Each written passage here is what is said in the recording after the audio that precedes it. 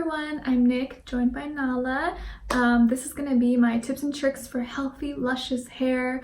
I've always had really thick, long hair. Some may say it's genetics, but I have myself been taking good care of my hair my whole life, so I know that has a part in it, and I want to help you have nice, beautiful, luscious hair. I actually just cut my hair a few weeks ago. It used to be a lot longer, but I cut quite a few inches off. But I think with these tips and tricks, it can really help you out if you're wanting to grow hair, or if you want to just maintain your hair, or just have a stronger hair that's less breakage, less split ends, and all that stuff.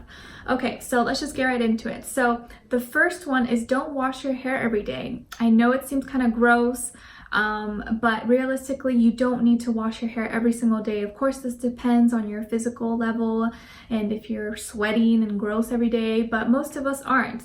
I usually limit my washing to 2 to 3 times a week of my hair. And then on the other days, I just put my hair up like on a clip or something, and I wash my body. This allows for your hair oils to kind of go and kind of hydrate and moisturize your hair. So you don't really need to wash your hair every day, okay? And on the days that you feel like maybe it looks kind of greasy or it's looking kind of oily, you can cover your hair, try different hairstyles.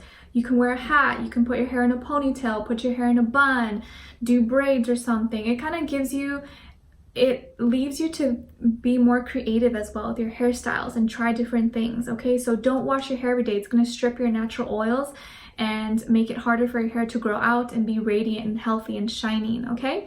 And then my second tip and trick is to air dry your hair and use less heat. I know a lot of us are probably used to blow drying your hair, but if you can, try not to use the blow dryer as much, or limit the amount of times that you use the blow dryer. If you are used to showering in the morning, you're like, well, I can't go to work and go outside with wet hair. Maybe you can try to wash your hair the night before instead. Let it air dry a little bit, and then in the morning it gives you more room to get ready, eat and stuff, and you don't have to worry about wet hair. So maybe kind of tweaking up your schedule a little bit can really help you out, because the heat really dries out your hair. And it's not healthy. So if you have to, it's okay, you could do it a couple times, but try as a consistent daily habit, try to let your hair air dry. It's gonna benefit your hair a lot more, trust me. Okay, and then my third tip and trick is to use a satin pillowcase. So if you have a regular cotton pillowcase, whatever, maybe switch it out and get a satin pillowcase. It's not only good for your hair because it doesn't create a lot of friction, staticness. It's also good for your skin as well. It's kind of like a slip and slide for your skin. So I would definitely switch out your pillowcase. I know there's like bunches probably on Amazon or like the store you could find that's super affordable. And you'll see some good changes with your hair, and you won't wake up with your hair all frizzy and crazy all over the place, okay? And then my fourth tip and trick is don't use hair ties with metal. Like when I'm at home and stuff, I use scrunchies, stuff like this that is easy for my hair to slip through, and it's not gonna like rip or cause breakage or stuff like this, because I have a lot of hair. So I use kind of bigger scrunchies at home. When I'm out, I don't want to be wearing big scrunchies, right? It looks kind of weird. So I use like smaller ones, but that don't have metal, because the metal breaks your hair and your hair gets stuck in it, and then you have breakage or you get split ends and stuff, okay? It's kind of like when you sit on a chair and it has like a metal thing, and then you're like, as soon as you get up, it like rips your hair, it hurts. That's the same thing with those hair ties that have metal, so don't use those, okay? Also those like rubber band ones, not good. They're gonna break your hair. And then my fifth tip and trick is conditioning your ends first. So when you shower, I know we usually, put shampoo on our scalp and then we put conditioner afterwards. I actually do the other way around. I first wet my hair and then I put conditioner on my ends, especially for me because I have thick, longer hair. My ends usually tend to be more dry. So what I do, I kind of go through my hair and I put the conditioner just on the ends, and then I go in and put shampoo on my scalp and I wash it all and I will massage it through, and then after I put and then I rinse with water, and then after I'm done with that, I put conditioner again, and then I tie my hair up or put on a clip, and then I wash my body or do whatever else. It's good because as you condition first, it kind of helps because you know, when you're putting shampoo, it's taking away all the oils and dirt and stuff, but you don't want your ends to get so dry. So it kind of helps with that if you put the conditioner first and then you're shampooing. And then you can condition afterwards and leave it for, and I try to leave the conditioner afterwards for a good, like, at least 3 to 5 minutes. And I put it up, I put my hair up in a clip, and then I wash my body, shave or whatever, dance around, put on music, you know, all that stuff. But you really want to make sure you moisturize and condition your hair at the ends first. It's going to really help you out, okay? And then number 6 is use more combs and use less brushes. So this is the one that I use. I've actually had this since I was like little. I think my mom, I don't know, I think maybe she got this at the Korean market or something. I don't know, but it's like huge, right? But I have a lot of hair, so this works for me because it's jumbo. So I use this and to get through like any tangles and stuff. And I find that this works well, like a big comb, because when you use small brushes, it kind of breaks your hair. It's like more rough on your hair. I would recommend, if you do use brushes, use combs first to kind of get through tangles and then go in with the brush. I just think it works better. And then I also have this special one that's for wet hair. I think I got this at Ulta. I don't know what it's called, but I'm pretty sure it says there that it's like when your hair is wet. And it's really nice because when my hair is wet, it doesn't like rip on it. It's very gentle. It's, I don't know how to explain it. It's like really smooth and kind of wavy in between. So I use this when my hair is wet, or even when it's wet, I try to just let it air dry first. And then I kind of comb through, but I don't want to I don't comb through it right when it's like dripping wet, because I feel like your hair is more sensitive and more, not sensitive, but it's more prone to breakage if you comb through it and rip through it when it's wet, you know? So yeah, use combs more than brushes. Of course, when you're doing certain hairstyles and stuff, you have to use brushes, but I usually always first comb my hair first, and then I go in with brushes and style, whatever.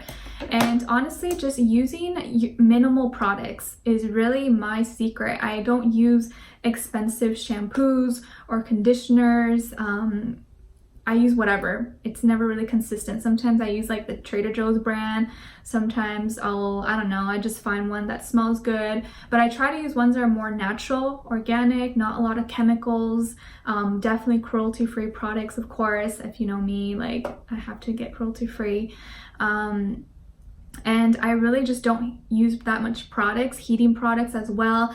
I feel like the key to having healthy hair is not doing so much to your hair, you know? And I know it's hard because a lot of us maybe dye or style our hair a lot, and that's fine, but I feel like the less you do to your hair, the more it's gonna stand on its own and be healthy and be able to heal and grow itself. But if you're always bleaching, always dyeing, always putting heat products and stuff, it kind of does a lot to your hair and it weighs it down, okay? So I would definitely try to incorporate these tips and tricks. I think it'll really help you out, but the more consistent you are with your hair and treating it nicely, and not putting so much of a strain on it, the better it will grow out and the more voluptuous it will look. And also, like, if you want your hair to kind of look voluminous on the top, what I usually do after I shower, I flip my hair up, you know, down, up, side to side, and then the front pieces, I'll usually like kind of like put it up like this. So then when it goes down, it's like more voluminous. It definitely looks really, really cute like that. But yeah, those are pretty much, I think, all my tips and tricks. And of course, there's nothing like really life-changing or crazy because I don't do anything crazy with my hair. Once in a while I curl it or something, but I don't straighten it. I never straighten it. My hair is naturally straight, so I don't need to. But I do curl it once in a while, but other than that, I don't really use products. I don't use anything special. Those of you who maybe may be struggling with hair loss or want to grow your hair, castor oil is really good for that, and it's kind of like thick and heavy, messy oil, but you can definitely run it through your scalp at night and then like tie it up or something and wash it in the morning, but that will definitely help with hair growth. Also rosemary. You could do like a rosemary cleanse in the shower, or getting products that have rosemary inside of them, like rosemary oil. and just kind of massage it through your scalp is really, really good for hair growth. I know I tried that once when I got a really bad haircut like years and years ago, and I was like horrified. I looked like a rock star, and that really helped my hair grow. Like within 2 months, it was just like so good. And I know there was this company that sent me products, and I used it and I really liked it. What was it called? Oh my gosh, I forgot. Something Dior, like D with the, oh, I forget what's called. I forget, but I'll link it below if I remember. And yeah, keeping a healthy diet. And yeah, just don't wash your hair every day, guys. Don't wash your hair every day. You don't need to. Unless you're like greasy and really dirty and you're out in the dirt, then obviously yes. But if you can, try not to wash your hair every day. And yeah, if you have any other tips and tricks you want to share with me, please let me know in the comments below. I hope you found this video useful. And these are honestly all things that I use, all things that I do. I don't do anything special or extravagant, to be honest with you.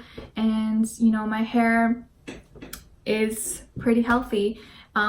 Years, like 3-4 years ago, I did do ombre and I had it blonde. I had it blonde for like a good 2 years, like blonde highlights and stuff, and that, you know, it does damage your hair, but thankfully my hair is like, this is all pretty much my virgin hair now that's grown out, and it survived all that. But I think I really like my natural hair now, my natural color. So if you can, try to minimize the amount of dyes and stuff that you're using on your hair, and it'll be healthy, trust me. All right, so I hope you guys enjoy these tips and tricks, and let me know if you try them out, or if you have any other ones that you could suggest for all of us to use. Okay, so, and if you have any other video ideas for me, please let me know. I think I'll be doing my like skincare routine, also sharing my tips on how to stay fit and healthy, or what I eat.